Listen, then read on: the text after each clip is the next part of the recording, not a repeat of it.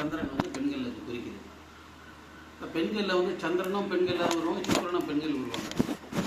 ஒரு ஒரு தாய்மை அடையாத பெண்கள் எல்லாமே பருவம் அடைஞ்ச எல்லா பெண்களும் சுக்கிரனோட அம்சம். மற்ற எல்லா பெண்களும் தாய்மை அடைக்கிறதுக்கு சந்திரனோட அம்சமாக மாறினா அன்னைக்கு இணையாக ஆயிடுறாங்க. சரிங்களா? இன்னைக்கான விஷயந்தான். இப்போ இன்றைக்கி எல்லாம் மகளிர் தின ஆஷாட நவராத்திரின்னு செய்து பஞ்சமி பூஜை அப்படின்னு சொன்னால் அது மிகையாகாதுன்னு சொல்லலாம். சரிங்களா? இதனால் என்ன ஆச்சுன்னா இன்றைக்கி அன்னைகள்லாம் நீங்கள் எல்லாம் சேர்ந்து அம்பாக்கிட்ட என்ன கோரிக்கை கேட்குறீங்களோ அதை கண்டிப்பாக நிறைவேற்றி கொடுப்பாங்க. சரிங்களா?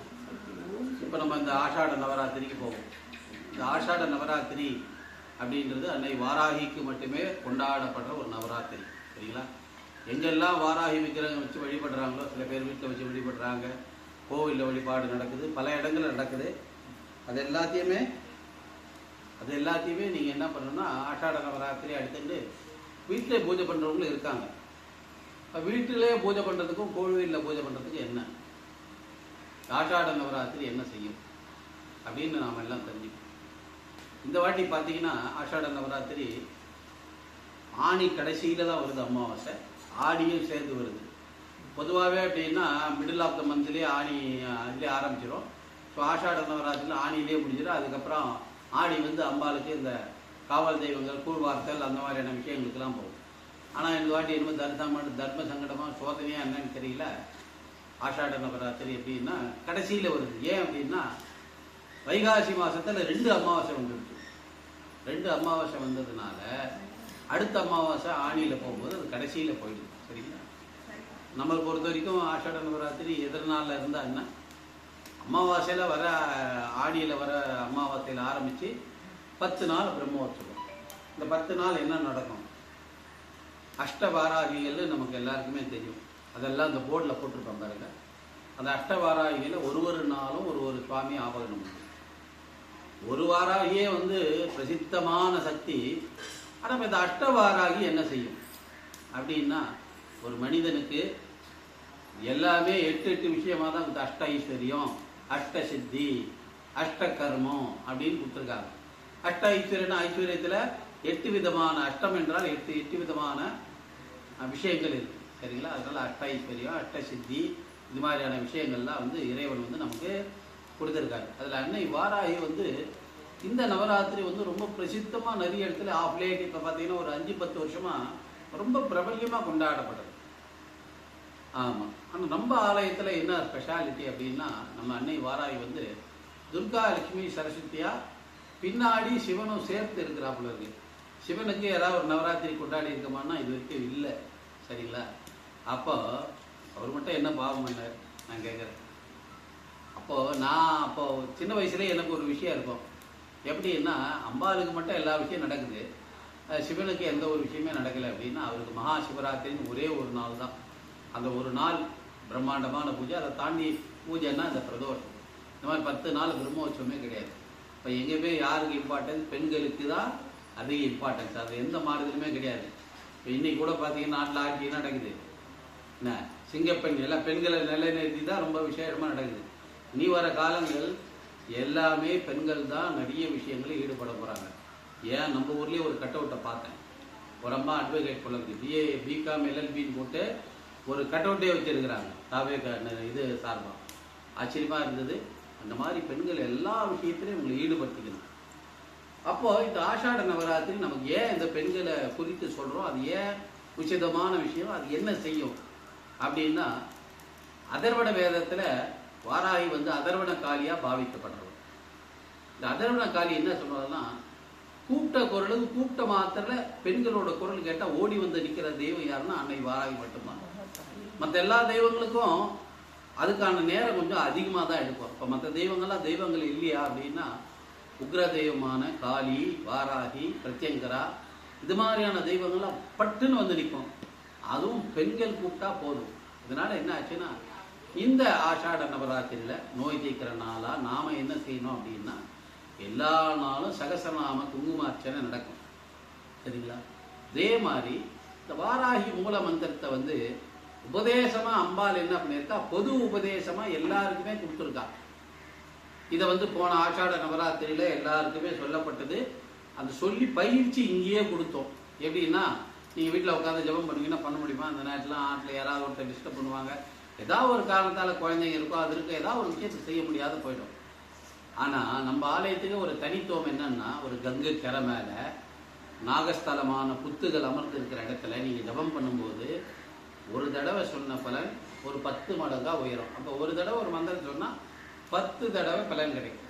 சரிங்களா? அதனால் என்ன ஆச்சுன்னா, நாம் ஒரு 108 தடவை ஜெபம் பண்ணால் 10 மடங்கு போட்டால் என்ன ஆகுது? 1008 ஜெபம் பண்ணினதுக்கு ஈக்குவல் ஆகிடுது. ஏன்னா ஒரு 1008 ஜெபம் பண்ணோன்னா குறைஞ்சது ஒரு மணி நேரம் ஆகும். அதுக்கு பதிலாக நம்ம ஒரு 20 நிமிஷத்தில் இந்த 10 மடங்கு பலன் பெறலாம். அதனால தான் இந்த ஆஷாட நவராத்திரியில் அந்த குங்குமார்ச்சனையை பண்ணுறோம். பண்ணிட்டு இந்த சக்தியை நம்ம என்ன பண்ணோம்னா, லாஸ்ட் டே டெய்லி உங்கள் பிரார்த்தனையில் குங்குமார்ச்சனை பண்ணிட்டு அந்த மேருவில் இந்த குங்குமத்தை எல்லாத்தையும் உங்கள் பிரார்த்தனையை கொட்டிடுவோம். கடைசி நாள் அந்த குங்குமத்தை எல்லாத்தையும் எடுத்து எல்லாருக்கும் பிரசாதமாகும். இப்போ ஒரு நாளும் சரி ஒரு 50 பேர் ஒரு 100 பேர் பண்ணுறீங்கன்னு வச்சுக்கோங்க. 100, 1000 ஒரு நாளைக்கு 1 லட்சம் ஜபம் ஒரு நாளைக்கு ஆகிடுது. 10 நாள் பார்த்தீங்கன்னா 10 லட்சம் ஆகிடுது. அப்போ லட்சார்ச்சனை செய்த பலன் கிடைக்கிறோம். எப்பவுமே ஒரு கூட்டு பிரார்த்தனைக்கு பலம் ஜாஸ்தி. இப்போ நாங்கள் ஒருத்தரையே ஜபம் பண்ணி செய்யும்போது அதுக்கு ஒரு பெரிய பிரசித்தம் இருக்குமானா, ஆச்சாரியனுக்கு என்ன ஒருத்தருக்கு என்ன பலமோ அதை மட்டும்தான் கொடுப்பாங்க. அப்போ என்னோட இணைஞ்சி நீங்கள் எல்லாருமே உட்கார்ந்து செய்யும்போது அப்போ என்னாச்சுன்னா, அந்த லட்ச ஜபம் பெற்று இந்த லட்சார்ச்சனைக்கு என்ன பலமோ அதை அன்னை நமக்கு கொடுக்குறான். சரிங்களா? அதனால் இந்த ஆஷாட நவராத்திரி நமக்கு நிறைய விஷயங்களை மாறுதல் கொண்டு வர போகிறோம். கிட்டத்தட்ட 7 ஆண்டுகள் நாம் எப்படி சங்கல்பம் பண்ணிட்டோம் அப்படின்னா, இந்த ஜென்ம நட்சத்திரம் வச்சு தான் நாம் எல்லாருக்குமே பூஜை பண்ணோம். ஏன் அப்படின்னா, நம்ம பிறந்த நட்சத்திரத்துக்கு அன்றைக்கி சப்போஸ் நம்ம வீட்டில் நாம் இல்லைனாலும் நம்ம ஹஸ்பண்டோடவோ இல்லை யாரோட நட்சத்திரம் இருந்ததுன்னா அந்த நட்சத்திரத்தில் அந்த அபிஷேக ஆராதனை பண்ணி அந்த தான தர்மம் பண்ணுற கட்டணத்தை கட்டி அந்த அம்மாவோட பிரசாதமான புடவை அன்றைக்கி அந்த தான தர்மங்கள் புண்ணியங்கள் எல்லாத்தையும் வாங்கி சொல்லி போடுவோம். ஏகப்பட்ட பேர் வருவாங்க, முடியாதவங்க பொருள் வாங்கி கொடுப்பாங்க. அதை தாண்டி வெளியூர் வெளிநாடு எங்கெங்கிறதெல்லாம் அன்றைக்கி மட்டும் நமக்கு பணம் வந்துகிட்டே இருக்கும். ஆமாம், அதை நான் பார்த்துருக்கேன். கிட்டத்தட்ட பார்த்தீங்கன்னா நம்ம அந்த ஆஷாட 10 நாளும் பிரசாதத்துக்கோ அந்த இதுக்கோ எந்த குறையும் இல்லாமல் செய்யக்கூடிய பாக்கியத்தை அந்த அன்னை யார் மூலியமாக கொடுக்குறானே தெரியாது. அது நடந்துகிட்டே இருக்கும். ஆமாம், நாளைக்கு என்ன பண்ணுறதுன்னு தெரியல. சில விஷயங்கள் பொருட்கள் அவங்க இல்லை, என்ன பற்றி அன்றைக்கி யாராவது வாங்கி கொடுப்பாங்க. இதில் நாம் பெருமை தேடிக்கூடிய விஷயம் ஒன்றுமே கிடையாது. எல்லாமே அந்த அன்னைக்காக, அன்னை மேலே அதீத எப்படி சொல்கிறது பற்றுதல் பெற்றவங்க உலக நாடுகளில் பல இடத்துல இருக்கிறாங்க. இது நாம் இன்னும் நிறைய பேருக்கு கொண்டு போய் சேர்க்கல. ஏன் கொண்டு போய் சேர்க்கல அப்படின்னா, கொண்டு போய் சேர்க்க ஆரம்பிச்சு இங்கே கூட்டம் அலமோத ஆரம்பிச்சதுன்னா நம்மளால் சமாளிக்கக்கூடிய அளவுக்கு பலமும் இல்லை, தெம்பும் இல்லை. அந்த அளவுக்கு ஆட்களும் நம்மக்கிட்ட கிடையாது. இருக்கிறது 4 பேர். எங்கள் வீட்டில் இருக்க 4 பேரை வச்சு இது கூட வாலண்டியர்ஸை வச்சு தான் நம்ம அன்னதானம் அது இதெல்லாம் அவங்களே போட்டு நான் அதிகமாக பாத்திரத்தை பண்டத்தை இன்னைக்கு ஆள் கிடைக்க மாட்டேங்குது ஒரு வேலை செய்யுது. ஏன்னா அவங்களே எல்லா பெண்களும் வீட்டிலேயே வேலை செய்து டயர்டாயிடுறாங்க. அதுக்கப்புறம் எங்கள் கோயிலில் வேலை செய்கிறது முடியல. அதனால் என்ன ஆச்சுன்னா, இருக்கிறத வச்சு என்ன செய்யணுமோ அதை செய்யணும். அதனால் வெளியே என்னால் கொண்டு போக முடியல. அன்னைக்கிட்ட என்ன வேண்டியிருக்கேன் அப்படின்னா, உனக்கான சத்தியம் தர்மம் தயோடு இருக்கிற மக்கள், ஏன்னா இப்போ நிறைய இடத்துல வாராய் கோயில் வந்துருக்கு. உன்னையே நம்பி சரணாகதியோட யார் துன்பத்தில் இருக்காங்களோ, யார் சத்தியம் தர்ம தயை கண்டு வா, நம்ம ஆலயத்துக்கு வரதுல எந்த தடையும் இல்லை. நீ அவங்களுக்கு ஆசீர்வாதம் கொடுத்து அவங்கள நல்லா வாழ்வாங்க வாழ வைக்கணும்னு பிரார்த்தனை. அதே நேரத்தில் நான் இப்படியா இருக்கேன் அப்படியா இருக்கணும், நான் வானத்தை வில்லா வளர்த்திடுவேன், இந்த பொய்யான வாக்குறுதிகள் கொடுக்குறவங்க யாருமே நம்ம ஆலயத்துக்குள்ளே காலடி எடுத்து வைக்கவே முடியாது. நான் நிறைய பார்த்துருக்கேன். ஏன் அப்படின்னா, நிறைய அனுபவங்கள் எனக்கு அதில் உண்டு. பார்த்தீங்கன்னா இந்த ஆஷாட நவராத்திரி மட்டும் சாதா பஞ்சமியிலேயே அபிஷேகம் பண்ண குறிப்பிட்ட நபர்கள் தான் திருப்பி செஞ்சுட்டே இருப்பாங்க. இன்றைக்கி பார்த்தீங்கன்னா உபயதாரரே இல்லை. அதுக்காக உபயதாரரே இல்லைன்றதுக்காக நாங்கள் சோஞ்சிட முடியுமா? கிடையாது. அம்பாளுக்கு செய்ய வேண்டிய விஷயத்த ஏன்னு நான் சொல்லிட்டேன்னா, என்னோட தாயாக நான் ஏற்றுக்கிறதுக்கு அப்புறம் நிறைய பேர் சொல்லுவாங்க. என்ன சொல்லுவாங்கன்னா, சுவாமி நீங்கள் இல்லைன்னு சொல்லி போட்டுருந்தா நாங்கள் எதாவது செய்திருப்போமே. அப்படி சொல்லி நான் கேட்டு நீங்கள் பண்ணணுன்ற ஒரு விஷயமே கிடையாது. என்னால் என்ன முடியுதோ அதை செய்கிறேன், அவ்வளோதான் அப்படின்னு முதல்ல இருந்தே நான் அப்படி தான் பார்த்துட்டேன். அப்படியே பயணிச்சுட்டேன். இன்னும் கொஞ்சம் காலம் இப்படி தான் பயணிக்க போகிறேன். அதில் எந்த மாறுதலே கிடையாது. பிரியம் இருக்கிறவங்க செய்யுங்க. அப்போது இந்த வருஷம் என்ன புதுமை அப்படின்னா, ஜென்ம நட்சத்திரத்துக்கு தான் எல்லா ஆண்டும் நம்ம பண்ணதில்லை. இந்த வாட்டி நான் குருநாதர்கிட்ட பல விஷயங்களை கற்றுண்டேன். இந்த வாட்டி பிரசாதங்களுமே கிரக காரத்துவங்களை பேஸ் பண்ணி தான் இருக்கும். இன்றைக்கி என்ன நட்சத்திரம், அந்த நட்சத்திரத்துக்குரிய என்ன பிரசாதம், அதுக்குரிய என்ன தேவதை, இது மாதிரி பல விஷயங்களை ரிசர்ச் பண்ணி கண்டுபிடிச்சி வச்சிருக்கிற எல்லா பலத்தையும் உள்ளே இறக்க போகிறேன். இப்போ நீங்கள் என்ன சங்கல்பம் பண்ணணும், எப்படி பண்ணிக்கணும்? பொதுவாக நம்ம கோயிலுக்கு போனால் என்ன பண்ணுவோம்? நட்சத்திரம் சொல்லுவோம், பேரை சொல்லுவோம், கோத்திரத்துக்கு முதல்ல கோத்திரம் சொல்லிடுவோம், பேர் நட்சத்திரம் சொல்லி பண்ணிவிடுவோம். இந்த வாட்டி எல்லாமே ஒரு சார்ட்டை கொடுத்துருவோம். அந்த என்ன சார்ட்டு அப்படின்னா, ஒரு மனுஷனுக்கு எப்படின்னா உடம்புல இருக்கிறது ஒரு பஞ்சபோதமாக தான் இயங்குது. இது என் குருநாதர் கற்றுக் கொடுத்த வித்தை. இந்த முதல்ல நான் இன்கார்பரேட் பண்ணுறது இந்த ஆஷாட நவராத்திரியில் அன்னைக்கு முன்னாடி தான் பண்ணணும்னு நினச்சேன். ஏன்னா எங்கள் குருநாதர் ஒரு சிவ பூஜை பண்ணார். அதில் அவர் இன்கார்பரேட் பண்ணணும்னு நினச்சார், செயல்படுத்தணும்னு நினச்சார்.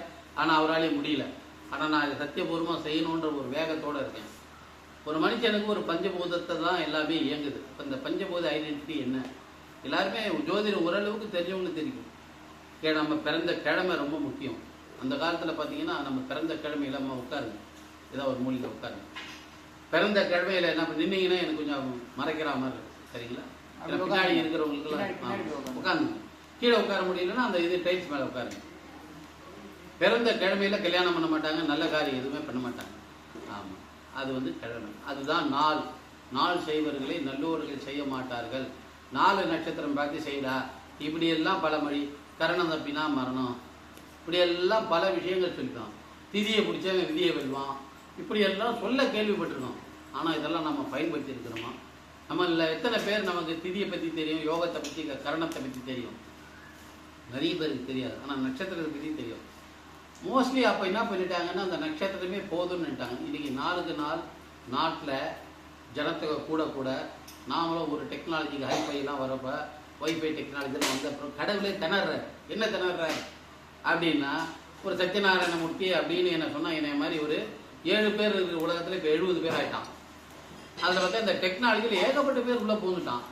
என்னைய மாதிரி ஒரு கிட்டத்தட்ட பார்த்தீங்கன்னா ஒரு 10 பேர் ஐடென்டிக்கலாகவே தாடி வச்சு ஒரே மாதிரி என் உருவத்தில் 4 பேரை நானே பார்த்துருக்கேன். அப்போ கடவுளே கன்ஃபியூஸ் ஆகிடுறாரு. அதனால் என்ன தேவைப்படுது அப்படின்னா, தாய் தந்தையர் பேரை சொல்லி தான் நம்ம சொல்கிறோம். சில நேரத்தில் தாய் தந்தையர் இல்லாத போது நாம் என்ன செய்ய முடியும்? அதனால் இப்போ புது விஷயத்தை கொண்டு வந்திருக்கேன். எல்லாருமே இந்த பஞ்சபூத தத்துவத்தில் இப்போ நான் இந்த பூமியில் வாழ்கிறதுக்கு முதல்ல என்ன தேவைப்படுது? ஆதார் கார்டு, அப்புறம் ரேஷன் கார்டு, அப்புறம் எலக்ட்ரிசிட்டி பில், அப்புறம் கேஸ் பில். இதெல்லாம் ஒரு மனுஷனுக்கு தேவைன்னா தேவை. கிட்டத்தட்ட ஒரு 5 விஷயம் தேவைப்படுது. இது இல்லைன்னா வச்சுக்கோங்க, நம்ம நாட்டில் குடிமகனாகவே இருக்க மாட்டேன்னு சொல்லிடுறாங்க. அதே மாதிரி தான் நம்ம பிறப்பால் நம்ம என்ன கிழமையில் பிறந்தோம், என்ன திதியில் பிறந்தோம், என்ன யோகத்தில் பிறந்தோம், என்ன கரணத்தில் பிறந்தோம், என்ன நட்சத்திரத்தில் பிறந்தோம். இதுதான் இந்த பஞ்சபூதம். இந்த பஞ்சபூதத்துக்கும் ஒரு கிரகங்கள் அதிபதியாக இருக்குது, சரிங்களா? அப்போ அது ஒரு இயக்கத்தை கொடுக்குது. இப்போ திதியை பிடிச்சா விதியை வெல்லலாம், கரணம் தப்பினா மரணம். அப்போ கரணநாதனை பிடிச்சா பல விஷயம் நடக்கும். அப்போது இந்த பஞ்சபூத ஐடென்டிட்டியை நம்ம சங்கல்பத்தில் சொல்லியே ஆகணும். இனி சொன்னால் அதுக்குரிய பலன் அடுத்த கட்டத்துக்கு போகணும். ஏன் அப்படின்னா, நம்ம கர்ம வினை எதை நோக்கி வருதுன்னா, தாய் தந்தையர்கிட்டேருந்து தான் அந்த கர்மாலாம் வருது. இப்போது நம்ம அப்பா அம்மா என்னென்ன பாவ புண்ணியங்கள் செஞ்சாங்களோ, நன்மைகள் செஞ்சாங்களோ, அதுக்கு தகுந்தா போல தான் ஒரு குழந்தை பிறகுதுன்னா அந்த திதியில் பிறக்கும், அந்த யோகத்தில் பிறக்கும், அந்த கரணத்தில் பிறக்கும். அப்போ இதை நம்ம என்ன ஆச்சு, கண்டிப்பாக என்ன ஆகணும்? அம்பாளுக்கு முன்னாடி நாம் சொல்லும்போது, எனக்கு 27 நட்சத்திரம் தான் இருக்கு. இந்த 27 நட்சத்திரம் லட்சம் பேரில் இருக்கிறான். இப்போ என் பேர் எடுத்தீங்கன்னா என்னோட நட்சத்திரம் ஆயில்யன்னு வச்சுப்போமே, அந்த 1000 நட்சத்திரம் லட்சம் பேர் இருக்கான். அப்போ என்ன, அது கடவுளுக்கு கன்ஃபியூஸ் ஆகிடுது, பலன்கள் குறையுது. அப்போ இந்த பஞ்சபூத ஐடென்டிட்டியோட நாம் சங்கல்பம் செய்யும்போது நமக்கான கர்ம வினைகளும் போகும், நமக்கான விஷயங்கள் நடக்கும். என்ன, எனக்கு கொஞ்சம் வேலை போல ஜாஸ்தியாக இருக்கும். இது எல்லா கோயிலும் பயன்படுத்த முடியுமான்னா, நிறைய கோயிலில் போய் கேட்டால் உங்களுக்கு ஒரு வேலை இல்லையான்னு கேட்பான். கண்டிப்பாக கேட்பான். ஏன்னா யாரும் செய்யறதுக்கு பொறுமை கிடையாது. பாதி பேருக்கு தெரியவே தெரியாது. சுவாமி பேருக்கு அர்ச்சனை பண்ணுவோம்னு சில அதீதிகள் இருப்பாங்க. எப்படி சுவாமி பேருக்கு அர்ச்சனை? சுவாமிக்கு நாம ஏன் அர்ச்சனை பண்ணணும்? சுவாமிக்கு இல்லாத ஒரு விஷயமா சொல்லுங்க. அதுவே ஒரு தப்பான விஷயம். நாம இன்னார் இந்த ஊர்லேருந்து வந்திருக்கேன், நமக்கு எந்த பிரார்த்தனையும் இல்லைன்னா கூட என்ன சொல்லணும், நம்மளோட ஐடென்டிட்டியை சொல்லணும். எப்படின்னா, ஒரு குருமார்களை பார்க்கும்போது குருமாருக்கு நமஸ்காரம் பண்ணிட்டு காதை பொத்திண்டு கோத்திரத்தை சொல்லி அதை சொல்லி நட்சத்திரம் சொல்லுவோம். இன்னார் இந்த ஊர்லேருந்து வந்திருக்கோம், அபிவாதைன்னு சொல்லுவாங்க. அதை ஏன் இதெல்லாம் சொல்கிறோம் அப்படின்னா, அந்த மாதிரி தான் சுவாமி கிட்ட நாம் படிவாக இந்த கோத்திரத்தில் பிறந்த நான் என்கிற இந்த கிழமையில் பிறந்த, இந்த யோகத்தில் பிறந்த, இந்த திதியில் பிறந்த, என்னுடைய பேர் இது, என்னோட நட்சத்திரம் இது, அப்படின்னு சொல்லி அந்த உறவுமுறையை சொல்லி தாய் தகப்பேன், அதுக்கப்புறம் அந்த பிள்ளைங்க, அப்புறம் ஷேக குடும்பானம். இப்போ ஒரு குடும்பத்துக்கு என்னோட கணிப்பு பிரகாரம் 4 பேர் தான் அலவுடு.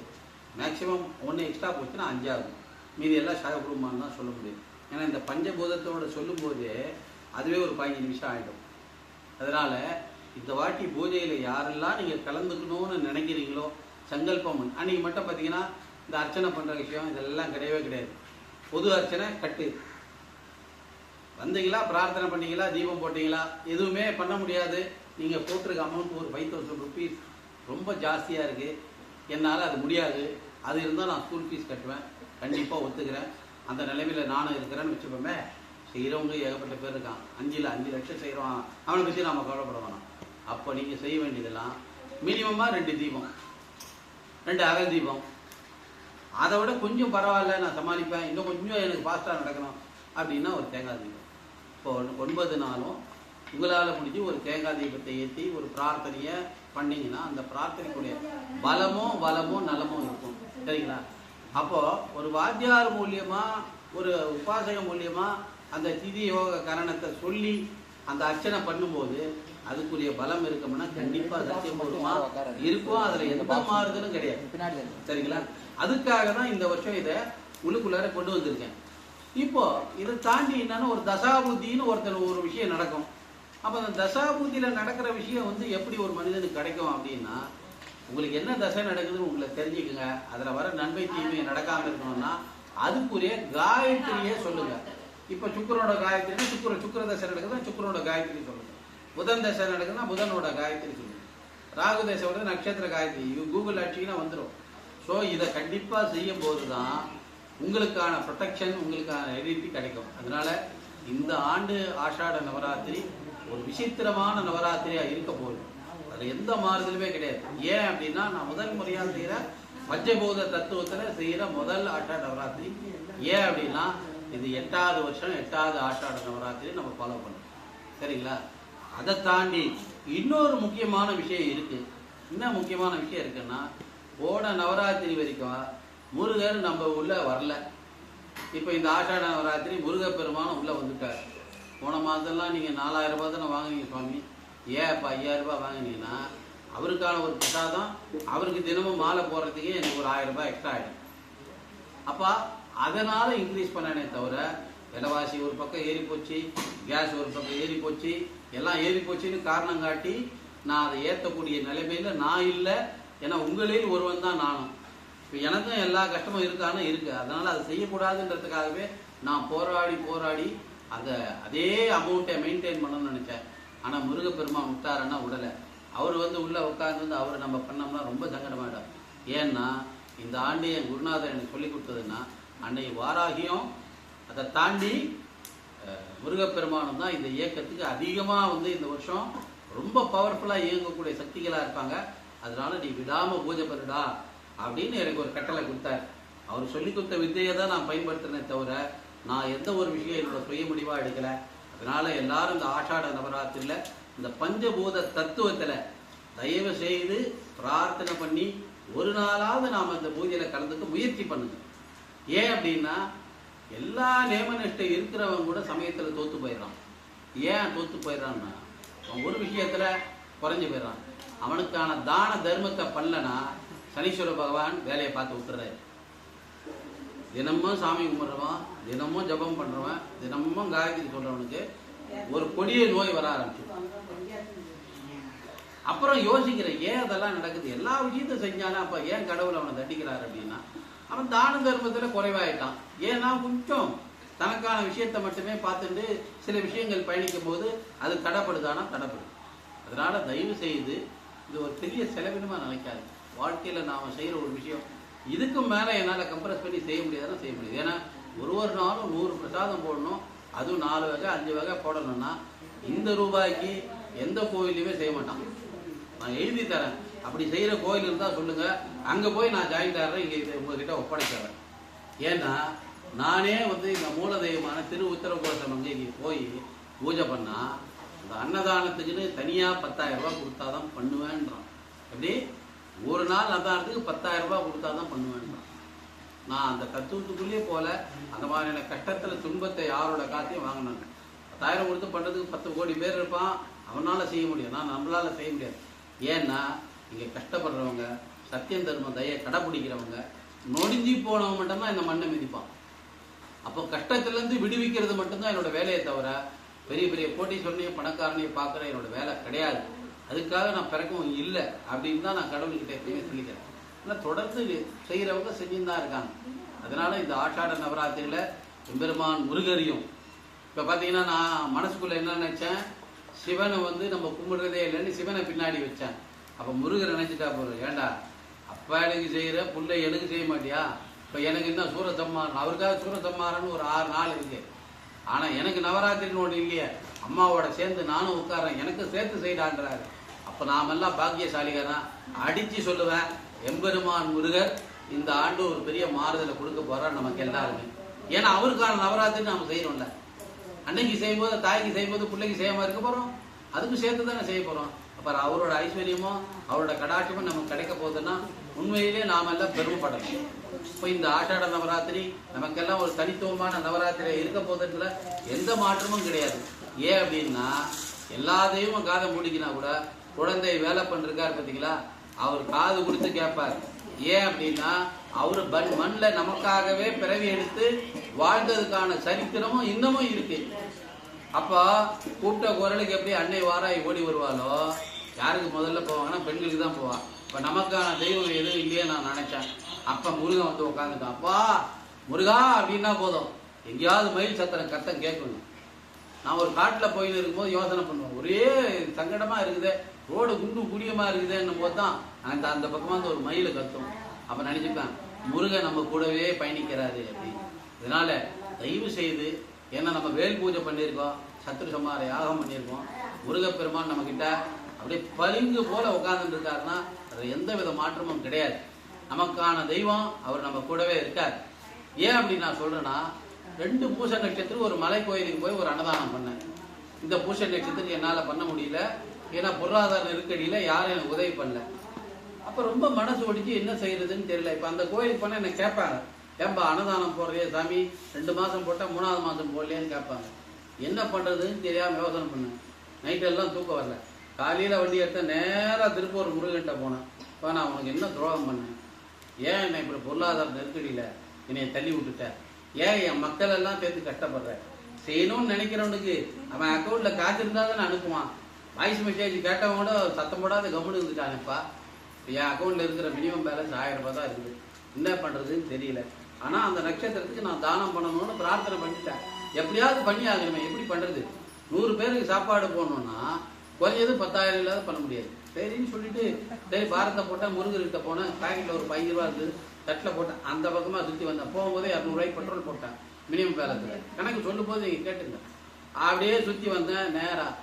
எப்பவுமே பூச நட்சத்திரம் ஆகாய தத்துவத்தில் இயங்குற ஒரு மலை கோயிலில் தான் போய் சாமி கும்பிடணும். மலையில் இருக்கிற முருகராண்டா பக்கத்தில் இருக்கிற முருகராண்டா போக முடியல. பார்த்தேன், எனக்கான தெய்வம் நான் வழிபடுற கைலாசநாதர்னு அங்கே ஒரு மலையில் ஒரு கோவில் இருக்குது, அங்கே உட்கார்ந்துட்டு இருக்கார். நேராக வண்டியை விட்றா. முருகனை பார்த்தோன்னே அங்கே கூட்டம் 3 கல்யாணம் வேற. பூச நட்சத்திரத்தில் நல்லா கல்யாணம். அவர் அருள் பாலிக்கிறார். அப்பா நான் சாமியை விட்டுட்டு நேராக மலை கோயிலுக்கு போனேன். மலை கோயிலுக்கு போனால் நான் நினச்சா மாதிரி ஒரு அட்மாஸ்பியர் ஒதுக்கப்பூர்வமாக அமைஞ்சு இருந்தது. கீழே ஒரு அம்மா ஒரு வில்வமாக விளக்கம் விட்டுது, சுவாமியை வாங்கிட்டு போங்கன்னு. அம்மா என்கிட்ட காசு இல்லை, கூகுள் பே தான் இருக்குது, பரவாயில்லன்னு ஸ்கேனர் எடுத்து காட்டிச்சு. 50 ரூபா கொடுத்தா 3 விளக்கு கொடுத்தது, வில்வத்தை கொடுத்தது. மேலே போனேன், பூஜை பண்ணினேன். கைலாசநாதர்கிட்ட பிரார்த்தனை பண்ணினே இருக்கும்போது அங்கே ஒரு சிவனடியார் வந்தார். சுவாமி வர்றது சனி பிரதோஷம், நாங்கள் அன்னதானம் போடணும், அதனால் உங்களால் முடிஞ்ச உதவி செய்யணும்னா. நான் சொன்னேன், நானே அதை போட முடியாதாண்டா, கடவுள்கிட்ட பிச்சை எடுக்க வந்துருக்குறேன், நீ ஏன்னா இப்போ சோதனை பண்ணுறியடா. சரி யோசனை பண்ணேன். கேட்டதும் கேட்டுட்டான், சனி பிரதோஷம்னு சொல்லிட்டான். பூசம் யாரோட நட்சத்திரம், சனீஸ்வரோட நட்சத்திரம். சரின்னு இருந்த மினிமம் பேலன்ஸில் ஸ்கேன் பண்ணி ஒரு 500 ரூபாயை அனுப்பிட்டேன். 500ம் 250ம் இந்த விளக்கு வாங்கினதோட போச்சா. சரி அப்படியே சுற்றி வந்தேன். சுற்றி சாமியெல்லாம் கொடுத்து கீழே இறங்கினோடனே அந்த அம்மா வத்தி பெட்டியை திருப்பி கொடுத்தேன். அப்போ அங்கே ஒருத்தர் ஒரு ட்ரங்கட் பர்சன் தான், அவர் அழுப்பு துணி தான் போட்டிருந்தார். அவர் ஒரு விஷயத்த சொன்னார், என்ன சாமி ரொம்ப இதுவாக இருக்கு, இல்லைன்னா அன்னதானம் பண்ணணும்னு முருகர்கிட்ட பிரார்த்தனை பண்ணி முருகருக்கு அந்த இதுவை எனக்கு வாய்ப்பை கொடுக்கல, 2 மாதம் பண்ணால் 3ஆவது மாதம் என்னை கட்டி விட்டாரு. இந்த கடவுள் இருக்கிறாரா இல்லையான்னு கூட தெரியல. நல்ல விஷயத்த செய்கிறவனுக்கு காசு கொடுக்க மாட்டாரு. இதே கட்டிங் சாப்பிட்றவனுக்கு அவர் சாப்பிட்டு இருந்தாரு, கட்டிங் சாப்பிட்றவனுக்கு கொடுக்குறாரு அப்படின்னு அவர்கிட்ட சொன்னேன். அவருக்கு என்ன மனசுக்கு தோணுச்சுன்னு தெரியல. சுவாமி உங்களுக்கு ஒரு கதை சொல்லட்டுமான்னாரு. என்னடா நாம தான் பல பேருக்கு கதை சொல்லுவோம், நமக்கே ஒருத்தன் கதை சொல்கிறானா, சரி ரைட்டு கேட்போம். ஏன்னா நான் சிவன்கிட்டே அதுக்கான விளக்கத்தை நீ கொடுக்கலாம் உன்னை விடமாட்டேன்ட்டேன். அப்போ சிவன் யார் ரூபத்திலேயோ வந்து அன்னைக்கு பேச ஆரம்பிச்சிட்டாரு. என்ன சொன்னாருன்னா, இப்படி தான் என்கிட்ட ஒருத்தர் 500 ரூபாய் வச்சுன்னு அன்னதானம் பண்ணுன்னு கேட்குறேன். என்னடா என் அக்கௌண்ட்டில் இருக்கிற பணம் அவனுக்கு தெரிஞ்ச மாதிரியே இருக்குது. நான் 500 ரூபா கொடுத்தது எனக்கு மட்டும் தான் தெரியும், இவனுக்கு தெரியாது. ஆனால் இவன் அதை சொல்கிறானே நினைக்கும்போது அப்போ கடவுள் அவனுக்குள்ளே இருக்காரு. அவனுக்கு நான் ஒரே ஒரு விஷயம் சொன்னேன், 500 ரூபா வச்சு நீ 5 போட்ட சாப்பாடு கொடுத்துட்டு பஸ்ஸுக்கு காசு இல்லாமல் நடுத்தரில் நிற்காத என்னை சொல்கிறான் அவன். அதாவது இன்டேரக்டாக சொல்கிறான். ஆனால் எனக்கான வரிவரை சிவன் சொல்கிறார், தெருவில் நிற்காத, நீ என்ன பண்ணுற, இருக்கிற காசை ஒரு 100 ரூபா உனக்கு எடுத்து வச்சுக்கோ, நேராக போ, ஒரு 150 ரூபாய் ஒரு 1/2 கிலோ ரவை வாங்கு, ஒரு 1/2 கிலோ சர்க்கரை வாங்கு. நேராக போகும்போது இந்த பக்கம் ரவையை போடு, இந்த பக்கம் சர்க்கரையை போடு, மேலே போய் சாமி கும்பிட்டு வந்துடு. திருப்பி வரும்போது பார்த்தீங்கன்னா பல ஜீவன்கள் அதை சாப்பிட்டு இருக்கும். நீ மனுஷனுக்கு தான் போடணுன்ற ஒரு அவசியம் இல்லை. ஜீவன்கள் சாப்பிட்டாலே அதில் உனக்கு அதை நீ கேட்ட 100 பேருக்கு போட்ட பாக்கியம் கிடைக்கும். உண்மையிலேயே சொல்கிறேன், எனக்கு அப்போ செருப்பு எடுத்து அடித்தா மாதிரி இருக்கு. எப்படி இருந்தது? செருப்பு எடுத்து அடித்தா மாதிரி இருக்கு. இறைவன் மிகப்பெரியவன் அன்னைக்கு தான் நினைச்சேன். இந்த கைலாசநாதர் யார் ரூபத்திலேயே அவன் சரக்கடிச்சிட்டு இருக்கான், அவனுக்கான விஷயத்த வந்து எனக்கு சொல்லும்போது அதை நம்ம ஃபாலோ பண்ணோன்னு நேராக அங்கேருந்து வந்தேன். நேராக நமக்கு ஏற்கனவே வந்து கிருத்திகைக்கு மாலைக்கு காசு கொடுத்துருந்தார். அந்த காசுக்கு ஒரு 3 மாலையை வாங்கினேன். என்கிட்ட பேலன்ஸ் இந்த 200 ரூபாய்க்கு ரவையும் சர்க்கரையை வாங்கினேன். ஒரு பாதியை பிரசாதமாக போட்டேன். மீதி 2 அவர் சொன்ன மாதிரி கலந்தேன். கோபுரமாக மலை மேலே தானே போடணும், மலையை விட்டு கீழே இறங்கிட்டு போய் நம்ம எப்படி இருக்குது நதிக்கரையாச்சே இங்கே போட்டால் அந்த எப்படி அந்த பூச நட்சத்திரம் வேலை செய்ய நினச்சேன். அப்போ தான் அந்த புத்தி கூர்மையை யோசனை பண்ணேன். நமக்கு தான் புத்து கோபுரம் மாதிரி மலை மாதிரி இருக்குதுன்னு சொல்லிட்டு அந்த புத்துல ஏகப்பட்ட ஜீவன்கள் இருக்கு அப்படின்னு அது மேலே எல்லாத்தையும் போட்டு விட்டேன். நான் போய் வந்து ஒரு 10 நிமிஷத்தில் பார்க்குறேன், ஏகப்பட்ட ஜீவராசிகள் அதை சாப்பிட ஆரம்பிச்சு. அப்படியே சந்தோஷமாயிடுச்சு. உண்மையிலேயே நான் பட்ட காசு இருந்தால் தான் ஒரு விஷயம் செய்ய முடியும்னு மட்டும் நினைச்சிடவே கூடாது. எதுவுமே இல்லைனாலும் நாம் ஆத்மார்த்தமாக செய்யும்போது இறைவன் எந்த ரூபத்தில் வந்து ஏற்றுப்பாருனே தெரியாது. அதிர்ந்து போய் உட்காந்துட்டேன். அப்போ இந்த அறிவு ஞானம் எனக்கு யார் கொடுத்தாங்கன்னா அந்த பரமேஸ்வரன் கொடுத்தாரு. ஏன்னா இந்த ருத்ர யாகத்துக்கு போகும்போது எனக்கு குருநாதர் என்ன பண்ணார், புதுசாக ஒரு உபாசன தெய்வத்தை கொடுத்தாரு. அப்போ எப்பவுமே என் குருநாதரை இப்போ நாங்கள் என்னை இடக்கு முடுக்கா கேள்வி கேட்குற மாதிரி அவர் இடக்கு முடுக்கா ஒரு கேள்வி கேட்பேன். உடனே ஒரு கேள்வி கேட்டேன், குருநாதர் இந்த உபாசன தெய்வம் எனக்கான விஷயத்தை எல்லாமே சொல்லுமா? ஏன்னா நான் ஏற்கனவே நிறைய சாமியை உபாசனை பண்ணிட்டு இருக்கிறதுனால அவர்கிட்ட ஒரு கேள்வியை கேட்டேன். அவர் ஒரே வார்த்தை சொன்னார், இப்போ நீ காசு கேட்குற உபாசன தெய்வம்னா அந்த காசை எடுத்துகிட்டு வந்து ஏடிஎம்லேருந்து கையில் கொடுக்கணும்னு ஆசைப்படாத, அதுக்கான வழியை காட்டும், அதுக்கான விஷயத்த சொல்லும். அப்போ தான் நினச்சேன் என்னோட குருநாதரோட உபதேசம் வெறும் 5 நாளில் வேலை பார்த்துருக்கு. ஜஸ்ட் 5 days அந்த உபாசன தெய்வத்தை நான் பூஜை பண்ணதுனால நான் செய்ய முடியாத ஒரு விஷயத்த அன்னதானம் பண்ணணும்னு 10,000 ரூபாய் எடுத்து சிவன் என் கையில் கொடுக்கல. ஆனால் உங்ககிட்ட இருக்கிற 100 ரூபாயில் நீ 100 பேருக்கு 1000 பேருக்கு சாப்பாடு போடலான்றத கற்றுக் கொடுத்ததை நான் உணர்ந்த உடனே அப்படியே சரண்டர் ஆகிட்டேன். ஏன்னா அந்த சிவன் பேரும் கைலாசநாதன். அங்கே அன்னை யார் இருந்தான்னா அன்னை பாலாம்பிகை தான் பக்கத்தில் இருந்தான். 2 பேரும் கிழக்கு நோக்கி இருந்தாங்க. இந்த மலையில் நான் நினச்சேன், பல வருஷம் நான் உன்னை பார்க்க வரல, ஏதோ ஒரு திருவிளையாடல் பண்ணி இன்னைக்கு பார்க்க வச்சுட்டேன். பார்த்துட்டேன், சந்தோஷம், எனக்கான உபதேசத்தை வாங்கிட்டேன், நன்றி சொல்லிட்டு வந்தேன். அன்னைக்கு நிம்மதியாக தூங்கினேன். ஏன்னா நான் நினைச்ச பூச நட்சத்திரத்துக்கு பண்ணக்கூடிய விஷயத்த பெருசாக பண்ணணும்னு நினைச்சாலும் அதை தாண்டி இன்னும் பல மடங்கு சிம்பிளான விஷயத்த என்னோட தகுதிக்கு என்ன ஆசையோ அதை மாதிரி முடிச்சுட்டேன். அப்போ இதெல்லாம் யார் எனக்கு கொடுத்தானா, என்னோட குருநாதரோட ஆசீர்வாதமும் என்னோட உபாசன தெய்வம் எனக்கு கொடுத்தது. இதனால இந்த 10 நாளும் நீங்க பண்ற ஜபம் ஆஷாட நவராத்திரியில உங்க கூட இருந்து உங்களை இந்த வருஷம் பூரா அன்னை வழி நடத்துவா. இதனாலதான் நான் பூஜையை கூட பெருசா எடுத்துக்கல. ஏன்னா என் வாழ்க்கையில நடந்த விஷயத்த நான் சொல்லும் போதுதான் உங்களுக்கு இந்த அன்னையோட சக்தி புரியும். ஏன்னா இந்த தீட்சை எனக்கு அம்மா வந்து மக்களுக்கு நீ நேரடியா எல்லாருக்குமே எந்த ஒரு நேமநிஷ்டை இல்லாம அந்த நாள்ல சொல்லும் போது இது நான் கொடுத்த உபதேசமா எடுத்துக்க சொல்லு அப்படின்னு சொன்னாங்க.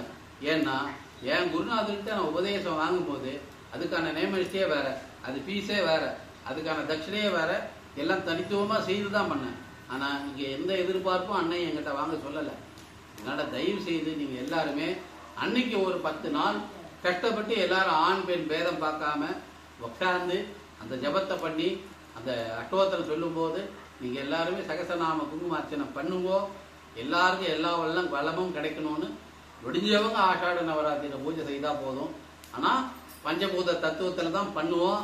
அதுக்கான சார்ட்டை கொடுத்துருவோம். எல்லாரும் தெரியாதவங்க உதவி கேளுங்க, கண்டிப்பாக நாங்கள் ஹெல்ப் பண்ணுவோம். யாருக்கும் திதி யோகம் கண்டெல்லாம் எங்களுக்கு தெரியாது அப்படின்னா பேர், டேட் ஆஃப் பர்த்து, வருஷம், எந்த ஊரில் பிறந்தீங்க அதை கண்டிப்பாக எடுத்துன்னு வாங்க. அதுக்கான சாஃப்ட்வேர் நாங்கள் வாங்கி வச்சுருக்கோம். அதை போட்டு உங்களுக்கு டீட்டெயில் பண்ணி தரோம். இதை முடிஞ்ச கோவிலில் ரெக்வஸ்ட் பண்ணி பண்ணுங்க. முடியாத கோயிலுக்கு நாம் எப்போ அர்ச்சனை பண்ணுறோமோ நம்ம கோயிலில் இனி பஞ்சபூத தத்துவத்துக்கு தான் அர்ச்சனை நடக்கும். எனக்கு அதெல்லாம் தெரியாது, பிறந்த கிழமை தெரியாது அப்படின்றவங்க ஜென்ம நட்சத்திரம் ஜென்ம சொல்லி படித்து போக, அதுக்கான பலன் அப்படிதான் இருக்கும். சரிங்களா? அதனால இந்த வாட்டி எல்லாரும் மாற்றி ஒரு விஷயத்தை கொண்டு போகிறோம். அதுக்கு உங்கள் எல்லாரோட ஒத்துழைப்பை வேணும். எல்லாரும் பிரார்த்தனை பண்ணிக்கும். எல்லாருக்கும் எல்லா வளமும் நலமும் கிடைக்கணும். இந்த பொருளாதார நெருக்கடியிலேருந்து இந்த உலகத்தை மீட்டெடுக்க வேண்டிய கடமையில் நாம் இருக்கோம். கூட்டு பிரார்த்தனை பண்ணி கூடி வாழ்ந்தால் கோடி நன்மைன்ற மாதிரி எல்லாரும் பிரார்த்தனை பண்ணி எல்லா விஷயத்தையும் கிடைக்கணும்னு அந்த அன்னை வாராகிட்ட நம்மக்கிட்ட துர்கா லட்சுமி சரஸ்வதி அதோடு இல்லாமல் பரமேஸ்வரன் இணைஞ்சிருக்கார். அதை தாண்டி பெருமான் முருகரும் வீட்டில் இருக்கார் நமக்கு. அதனால எல்லாருக்கும் எல்லாம் கிடைக்கணும்னு சொல்லி பிரார்த்தனை பண்ணி இந்த உரையதோடு முடிச்சுட்டு பூஜைக்கு போகிற திருச்சிற்றம்பலம்.